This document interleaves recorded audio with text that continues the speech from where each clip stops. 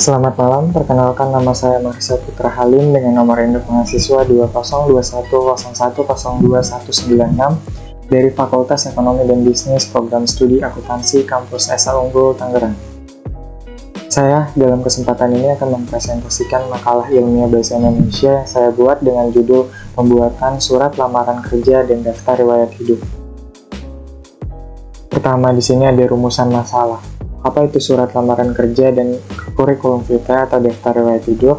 Kemudian yang kedua adalah bagaimana struktur pembuatan surat lamaran kerja dan kurikulum vitae atau daftar riwayat hidup.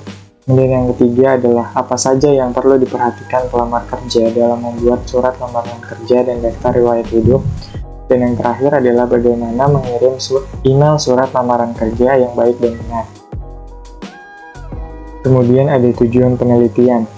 Menurut Beckingham, tujuan penelitian adalah ungkapan mengapa penelitian dilakukan, sehingga tujuan dari suatu penelitian mungkin untuk mengidentifikasi atau menggambarkan suatu konsep, atau untuk menjelaskan atau memprediksi suatu situasi atau solusi untuk suatu situasi yang menunjukkan jenis studi yang akan dilakukan. Terdapat 4 tujuan penelitian. Pertama, mengetahui arti dari surat lamaran kerja dan daftar riwayat hidup. Kemudian mengetahui struktur pembuatan surat lamaran kerja dan daftar riwayat hidup. Kemudian yang ketiga adalah mengetahui hal-hal yang perlu diperhatikan dalam membuat surat lamaran kerja dan daftar riwayat hidup. Dan yang terakhir adalah mengetahui tata cara pengiriman email yang baik dan benar. Manfaat penelitian.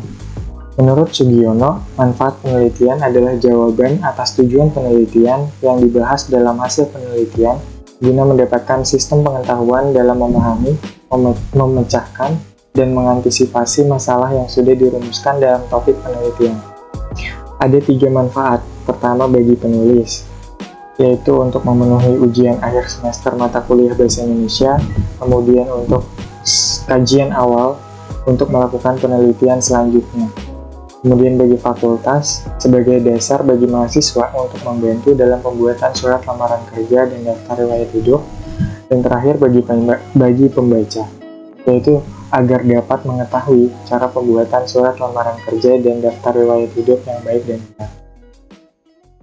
Di sini ada pembahasan. Pertama, saya akan menjelaskan tentang pengertian surat lamaran kerja. Surat lamaran kerja adalah surat resmi atau formal dari seseorang yang membutuhkan pekerjaan atau pelamar kepada orang atau pejabat suatu organisasi atau lembaga yang dapat memberikan pekerjaan atau jabatan. Surat lamaran kerja juga dapat didefinisikan sebagai surat dari calon karyawan kepada calon majikan yang berisi permintaan agar calon karyawan diberi pekerjaan oleh calon majikan. Kemudian di sini saya akan menjelaskan pengertian daftar riwayat hidup. Daftar riwayat hidup adalah catatan singkat tentang gambaran diri seseorang.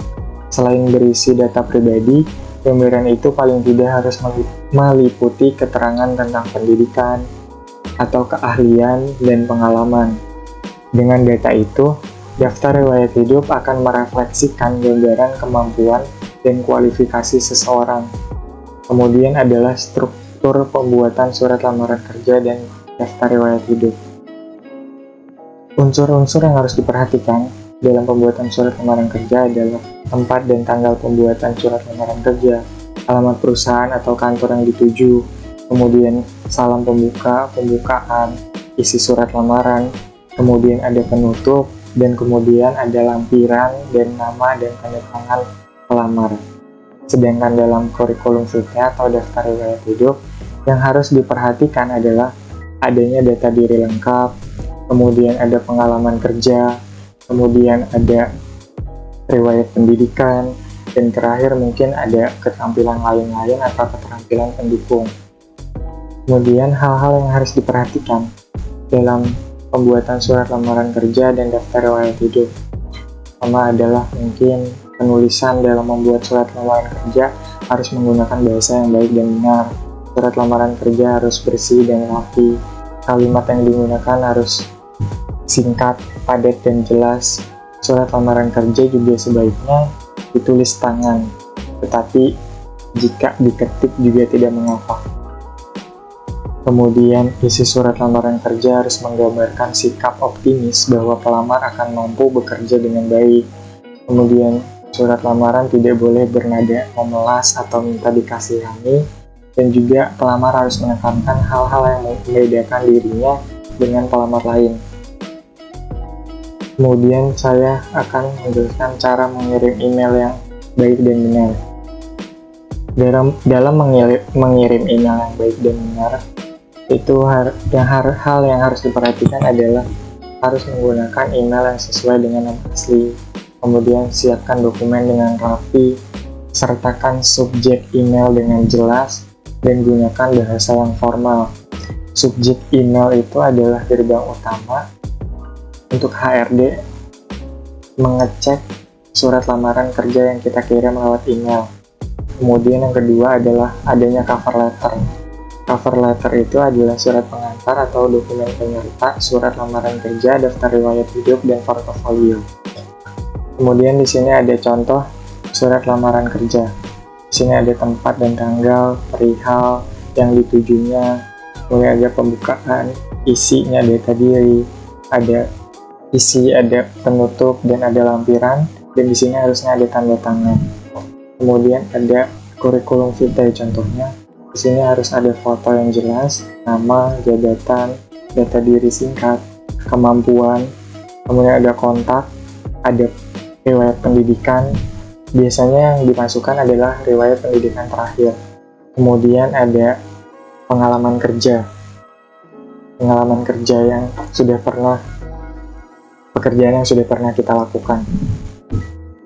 Mungkin sekian presentasinya dan saya akan menarik kesimpulan. Berdasarkan penulisan makalah ini, dapat disimpulkan bahwa membuat surat lamaran kerja dan daftar riwayat hidup serta mengirim email kerja begitu penting ketika seseorang ingin bekerja setelah lulus dari pendidikan terakhirnya. Agar dapat menarik perusahaan atau tempat yang diinginkan, pelamar harus mempromosikan dirinya secara wajar dengan cara menyebutkan kualifikasi agar kemampuannya tergambar secara jelas. Kemudian ada saran dari saya. Berdasarkan makalah dan presentasi, saya menyarankan agar dalam pembuatan surat lamaran kerja, baiknya pelamar menulis dengan bahasa Indonesia yang baik dan mudah dimengerti, serta menggunakan kata-kata yang menarik pembaca. Teknik penulisannya harus diperhatikan dengan baik dan unsur-unsur yang terdapat di dalamnya diperhatikan dengan seksama juga. Semoga makalah dan presentasi ini bermanfaat untuk semua pembaca dan penonton. Saya mengucapkan terima kasih dan mohon maaf bila ada kata-kata yang salah dalam presentasi kali ini. Terima kasih sekali lagi.